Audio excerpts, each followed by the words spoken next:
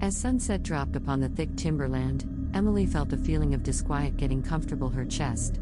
She had forever been an admirer of isolation, looking for shelter from the commotion of the rest of the world. In this way, when she coincidentally found a remote lodge profound inside the forest, it seemed like the ideal chance to live alone and embrace nature's hug. The lodge was curious, canvassed in greenery and encompassed by transcending old trees.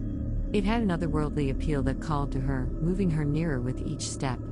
Inside, the gleaming candlelight made scary shadows that moved along the walls, and the fragrance old wood swirled all around. From the beginning, the isolation was merry. Emily lounged in the peacefulness, awakening to the delicate tweeting of birds and nodding off to the delicate stir of leaves. She went through her days investigating the timberland, allowing its magnificence to saturate her spirit.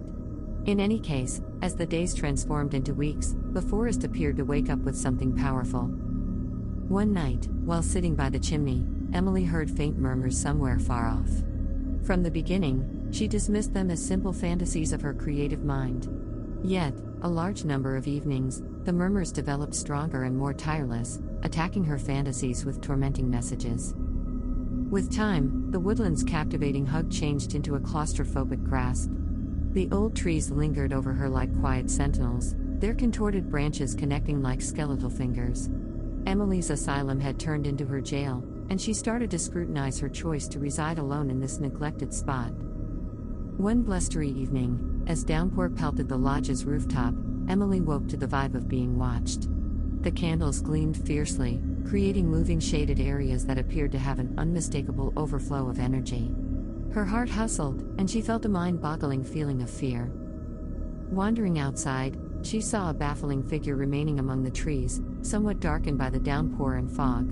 The nondescript outline appeared to allure her, and interest blended with dread, convincing her to follow. Through the maze of trees, Emily sought after the baffling figure, increasingly deep into the core of the backwoods. The murmurs developed stronger, filling her psyche with enigmatic messages that blew her mind.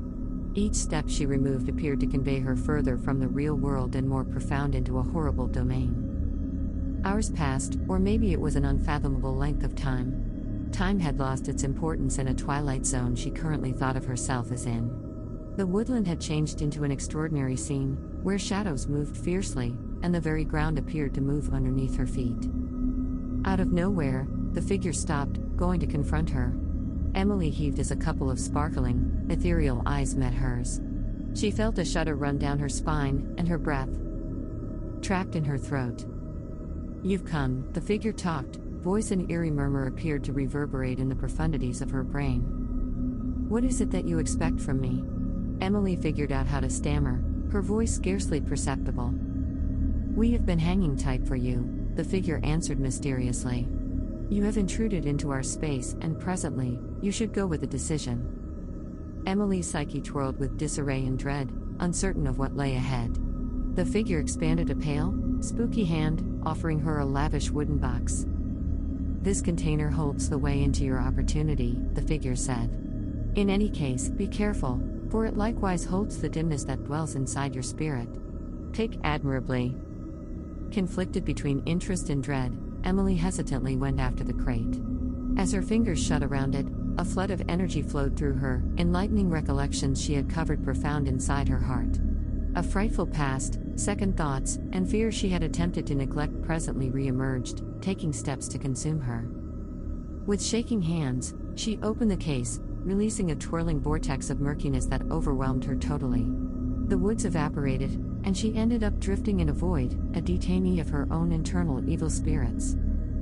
In that ageless domain, Emily overcame her feelings of dread, going up against the shadows that had tormented her for such a long time.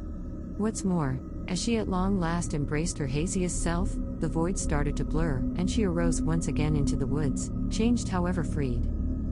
The lodge remained before her, the candles actually gleaming smoothly inside. The murmurs had stopped, and the woods appeared to get back to its peaceful state. Emily had endured the trial, having overcome the fear of her isolation and find a sense of peace with her own evil spirits.